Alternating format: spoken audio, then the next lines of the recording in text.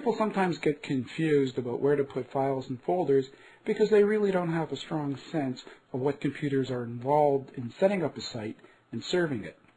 What we see here are the 4 computers that you really have to know about in order to have confidence about where you're going to put things.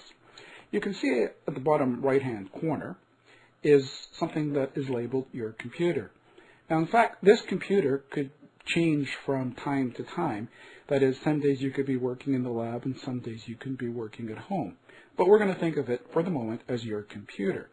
And this is where you create your files and your folders and your sites and do all the other work that's involved in designing websites. Now, those files and folders have to be sent somewhere, and the machine to which they go, at UVic at any rate, is called unix.uvic.ca. And the way to talk to that computer from your computer is to use what's called an FTP application, which stands for File Transfer Protocol. And as the name implies, it transfers files from one place to the other. Now, there are literally dozens of those programs around, and one of them is the one you're using if you're using Dreamweaver, because in addition to all the other things it does, it also acts as an FTP program.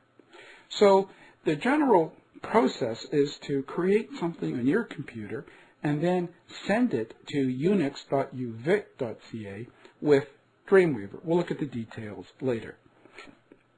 Now, there is another machine that you have to know about, and that's called web.uvic.ca.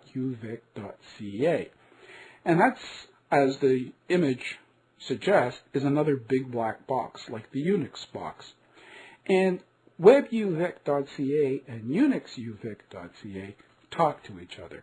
Now, we don't know exactly how they talk to each other, and for our purposes, it's completely unimportant. The people who maintain the UVic system know how all that works, and we don't have to worry about it. But what happens is that when you put a file on unixuvic.ca, web.uvic.ca knows about it.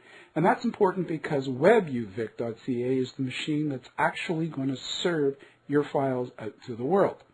Now, if we look at the last computer in this quartet, we've labeled it the visitor's computer. And this could be anybody in the world, including your own, when you're simply trying to check to see how your site is working.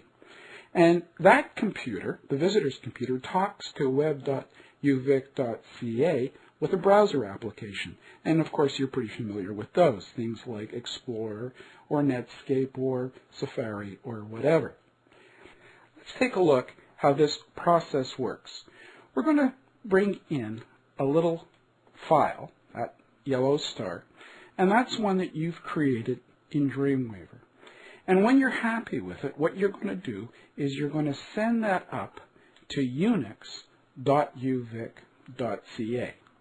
And at some point in the process, again, how and when that happens, it's not important, unixuvic.ca will send that over to web.uvic.ca, and that'll just wait there until somebody, some visitor, their computer, sends a request for that file, at which point that file will be sent down to the visitor's computer.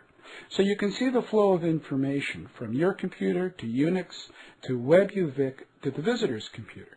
And you'll notice that you never talk directly to a visitor from your computer. You have to use an intermediary, and those intermediaries are WebUvic and UnixUvic.